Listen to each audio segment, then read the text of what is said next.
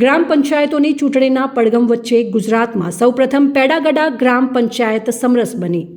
પંચાયતી રાજની સ્થાપના બાદ પ્રથમવાર પેડાગડાએ સમરસતાના મંત્રને સાકાર કર્યો। ગુજરાતમાં સ્થાનિક સ્વરાજ્યની ચૂંટણીના પડઘમ વાગી ચૂક્યા છે, ત્યારે ગુજરાતમાં પ્રથમ એવી પાલનપુર તાલુકાની પેડાગડા ગ્રામ પંચાયતે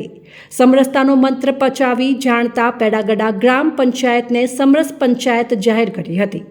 રાજ્યમાં ગ્રામ પંચાયતની ચૂંટણી જાહેર કરવામાં આવી છે, ત્યારે બનાસકાંઠા જિલ્લામાં 617 ગ્રામ પંચાયતની ચૂંટણી યોજાવાની છે, જેને લઈને બનાસકાંઠા જિલ્લાના ગ્રામ વિસ્તારોમાં રાજકીય ગરમાવો તેજ બન્યો છે।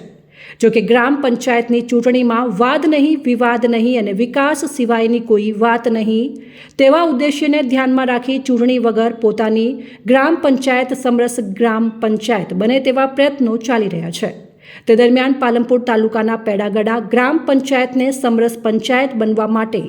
ગામના દરેક સમાજના આગેવાનોની રવિવારે બેઠક યોજાઈ હતી, જેમાં સર્વાનુમતે ગામમાં ચૂંટણી વગર ગ્રામ પંચાયતને સમરસ ગ્રામ પંચાયત બનાવવાનો નિર્ણય લેવામાં આવ્યો છે। ગ્રામ પંચાયતમાં સરપંચ, ઉપસરપંચ અને પંચાયતના સદસ્ય તરીકે ગામમાં વસતા દરેક સમાજને પ્રતિનિધિત્વ આપવાનો નિર્ણય કરવામાં આવ્યો છે, જેમાં પેડાગડા ગ્રામ પંચાયતના સરપંચ પદે સુરેશભાઈ ગઢવી અને ઉપસરપંચ પદે ડોક્ટર કેતનભાઈ જોશીની સર્વાનુમતે વરણી કરવામાં આવી હતી। અત્યારે જ્યારે ગુજરાત સરકારની ગ્રામ પંચાયતનું ઇલેક્શન જાહેર થયું છે,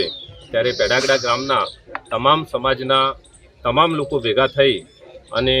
બધાએ સર્વાનુમતે એવું નક્કી કર્યું કે આપણે આપણા ગામમાં ઇલેક્શન કરવું નથી અને આપણે આપણા ગામને સમરસી અને સરપંચ, ડેપ્યુટી સરપંચ અને તમામ જ્ઞાતિના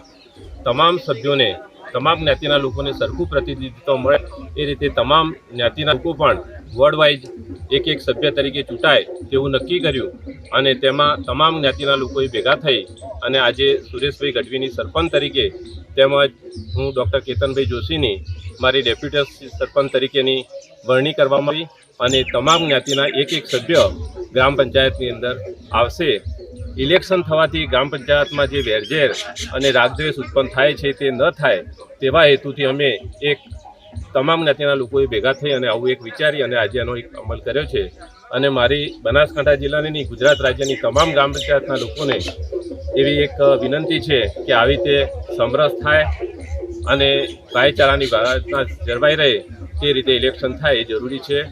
હું આજના તબક્કે મારા પેડાગડા ગામના ગઢવી સમાજના લોકો, જાતર સમાજ, હરિજન સમાજ, રબારી સમાજ,